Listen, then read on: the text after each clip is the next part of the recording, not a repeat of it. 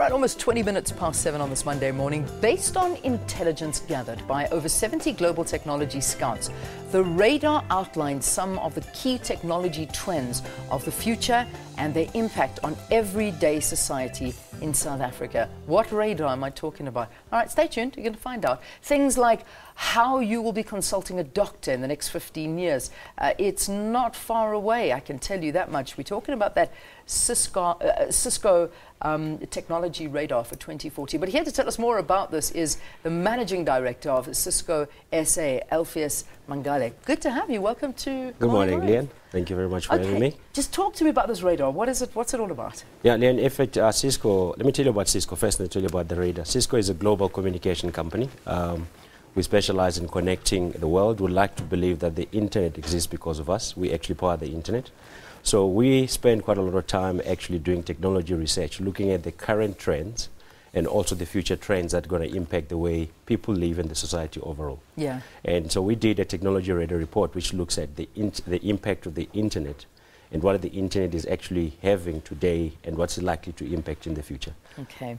Interesting stuff. I love these type of conversations because you think it's science fiction and you think it's never going to happen, but I mean none of this, whatever's around us, we thought would never happen, but this is life. It's just a way of life. Absolutely. So 15 years from now, give me an idea of what things are going to look like and how they're going to work. Absolutely. Let me give you an example. We talk about the internet of everything, and I think when you talk about the internet of everything, I think if you look back probably about 20 years ago, who would have thought that internet would actually impact the way people work, live, play and learn, but today it is the case. Yeah. And the internet, one would probably say that is taken through probably about 4 phases. The first phase was actually, you will remember a long time ago, about 20 years ago, when actually connecting to the data felt like you were a king. So when we had email, we had web browsing and search engines coming in, that was the first wave, which was about digitizing the information. The second wave we saw was about what we call network economy, which was about connecting the business. You know, when shopping online became the trend of the future and everything else, and we did that. And also allowed businesses to actually reach markets that could not reach through the normal means. And the third wave, which is actually currently we're going through right now, it's actually the wave that we call immersive experience, which is impacted by the social media, you know, the advent of mobile we're talking about earlier. How people always stay connected wherever they are, so either through any device, whether you're in a car, whether you're traveling and all of that. And while that is happening, we're actually entering another world, what we call the internet of everything, where we connect people, we connect processes, we connect data, and we connect things. Yeah. I mean, to give you a very simple example, is if you look at across the world, we have over 7 billion people across the world. But if you look at over the next 15 years, we estimate at Cisco that by year 2020, we'll have about over 50 billion devices connected on the internet. Wow. Wow. Which means that your car, your fridge, everything, you'll probably be wearing sensors that actually determine your well-being, your heart, you'll be censoring anything about your body and all the other stuff. And I'll talk about maybe an example in the health industry. One of the things that probably is not different to South Africa today, it's around the fact that we have quite a very rural environment in the country. So it takes quite a while for people to get to hospitals and all of that.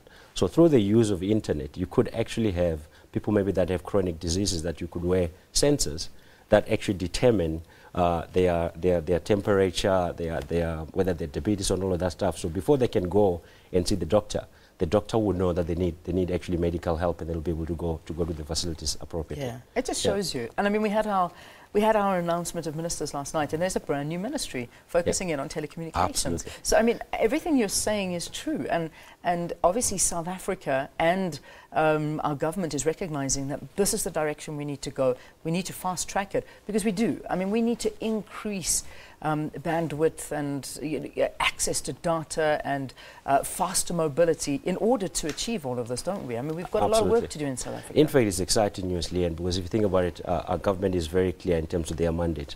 the announcement of the appointment of the telecommunication minister and also the postal services, it's actually quite fitting right now. Yeah. We won't be able to talk about the Internet of Everything without the realization of broadband in the country. That's it. So I'm expecting organizations such as ourselves at Cisco, we're going to be partnering with the new ministry to drive that realization of that.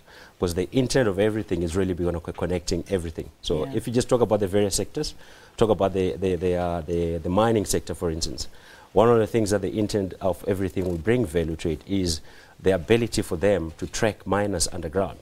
Yeah. Without having the right technology to do that, won't be able to do that. So, and I can talk about the health. I spoke about the health example earlier. One of the great example is if you have, imagine living in the world where you have a connected ambulance and also the paramedics are actually connected in real time. So let's say, for instance, in an accident scene, somebody just got injured, as an example. I don't know if you know, but the most important time for a person who's been involved in an accident, which is critical, is actually the time it takes for that individual to get to the nearest hospital to be helped. Yeah. So through the use of technology, imagine if the paramedics could actually, when they're assisting that person at the accident scene, they could be streaming live video pictures to the nearest hospital. Yeah. And by the time they get the patient there, actually the doctors are actually absolutely, they're waiting for and also that the ambulance is going to the right hospital. Yeah. Well, absolutely. Listen, I know that what you're saying is going to be happening, because I've stopped being a skeptic of technology and how it just happens so fast around us. Alpheus Mangale, thank you for talking to us. The MD of Cisco SA, talking to us about the way the world is going in terms of technology. Very fascinating. And you saw telecommunications is a new ministry by itself, with of course postal services as well, which are vital for rural areas here in the country.